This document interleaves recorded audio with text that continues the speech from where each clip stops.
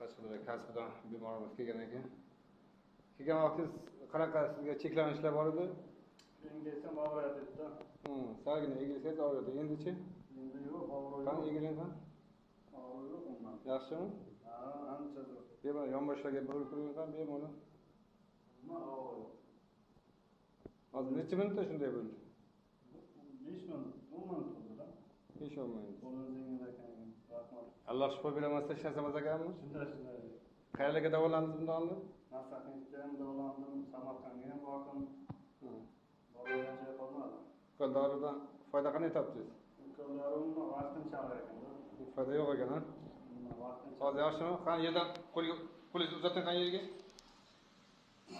Mana shuncha bemalol. Qo'ya umuman salgina egilanmay turib qo'ya. Shunday. Nima og'riq yo'q. Shunday.